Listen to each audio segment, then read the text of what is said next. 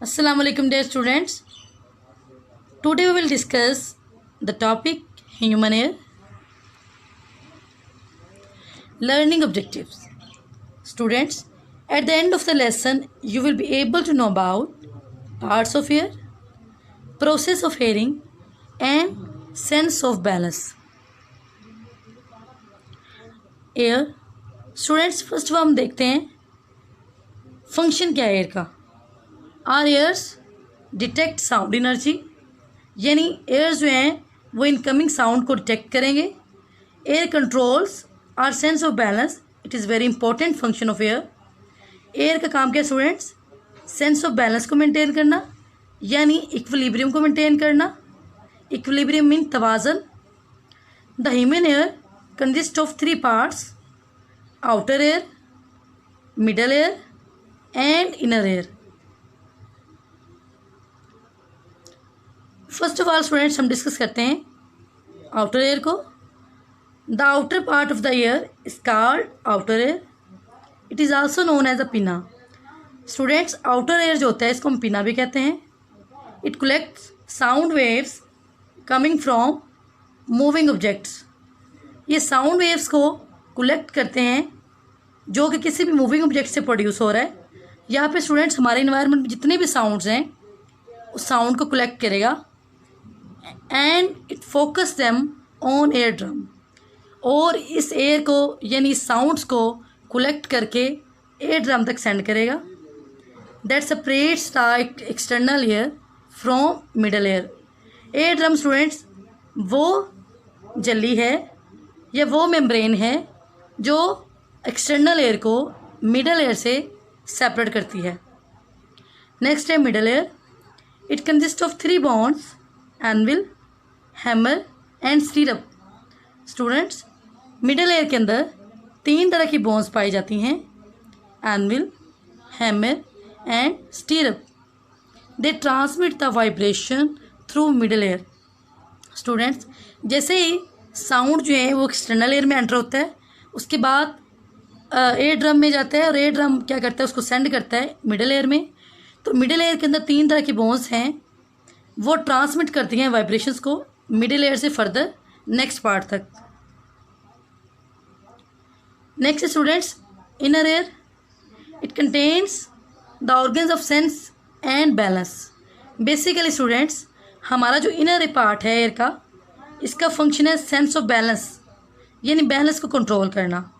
It contain a special structure that play an important role in the sense of hearing.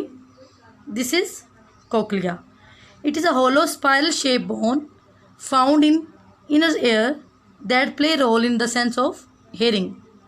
तो students यहाँ पे आप देख लें, ये इनर एयर है जिसके अंदर ये जो आपको होलो स्पाइरल शेप स्ट्रक्चर नज़र आ रही है, this is called cochlea. It's play an important role in the process of hearing. Student, next हम ये देखेंगे कि जो प्रोसेस है यानी हेयरिंग का प्रोसेस है वो किस तरह होता है. सबसे पहले साउंड एंटर होता है किसके अंदर? आउटर एयर के अंदर. Outer ear it is also known as a pinna. Students, pinna क्या करता है? इनकमिंग एयर को कलेक्ट करेगा, इनकमिंग साउंड को कलेक्ट करेगा, कलेक्ट करके वो सेंड करेगा एयर कैनाल तक. एयर कैनाल के बाद स्टूडेंट्स फर्दर जो है वाइब्रेशन सेंड की जाती हैं, यानी साउंड सेंड की जाती है एयर ड्रम तक.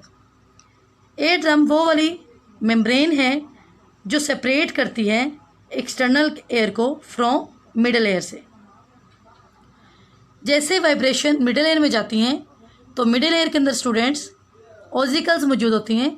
ऑजिकल्स ये वो 3 बोन्स हैं स्टूडेंट्स जो सिग्नल्स को फर्दर ट्रांसमिट करेंगी, यानी वाइब्रेशन को ट्रांसमिट करेंगी from external ear to inner air.